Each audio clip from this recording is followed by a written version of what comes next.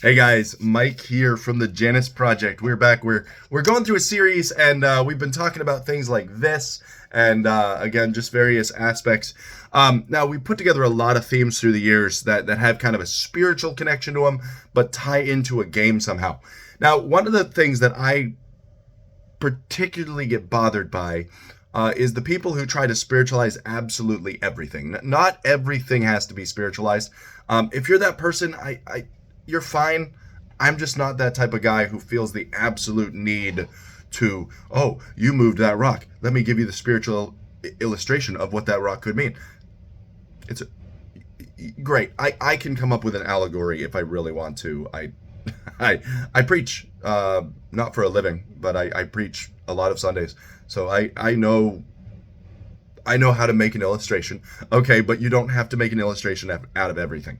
And so that was one of my concerns going into this. If we're going to spiritualize a theme of a week of camp, how are you going to play a soccer game? Like we don't want to debrief a soccer game at the end of the game and be like, all right, what spiritual lessons did you learn?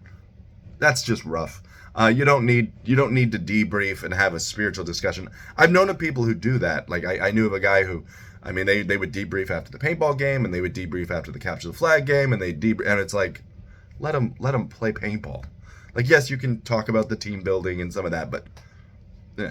And so what we would do is we would have a very strong devotional time in the morning.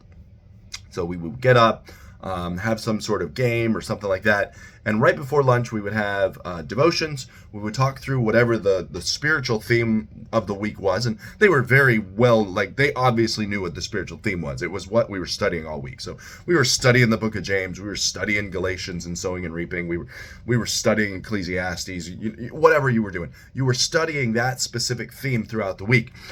Now, what we would then do is we would have games, and we would have a whole overarching theme. And if you stopped and you looked at it, it was really obvious what was going on. In fact, we would tell all the adults that had come, that we call them sponsors. We would tell all the adults, this is exactly where we're going. This is exactly what we're trying to accomplish this week, but we're not going to over spiritualize it throughout the week. You're gonna see this thing right here. So like the blight. If you stopped and you thought about it for a moment, you knew exactly what the blight was representing. Even campers would have picked up on it.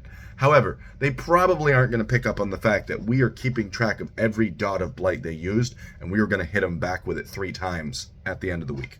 They probably aren't going to pick up on that. They're going to pick up on, like, for that theme, the sowing and reaping. Oh, day 1, we're claiming our ground. Oh, that's kind of what you have to do. Day 2, you're breaking up the ground. Oh, okay. Day 3, you're planting. Day 4, you're watering. Day 5, you're harvesting. Those are the stages of sowing and reaping, and those are the days of the week.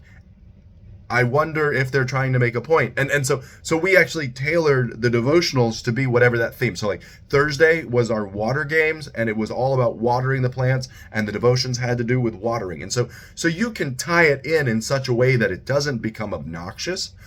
But that's how you can spiritualize this stuff without spiritualizing every single element. So yes, the game, you're literally racing from the pool with buckets of water to the basketball court to fill as many buckets that you had placed there the day before as possible. Anything you don't plant goes away, and so therefore you don't get points for that. And so it was kind of neat. You had this progressive game that played throughout the week where you were doing things, but again, it wasn't like we were sitting there going, okay, what are the plants that you're watering in your life?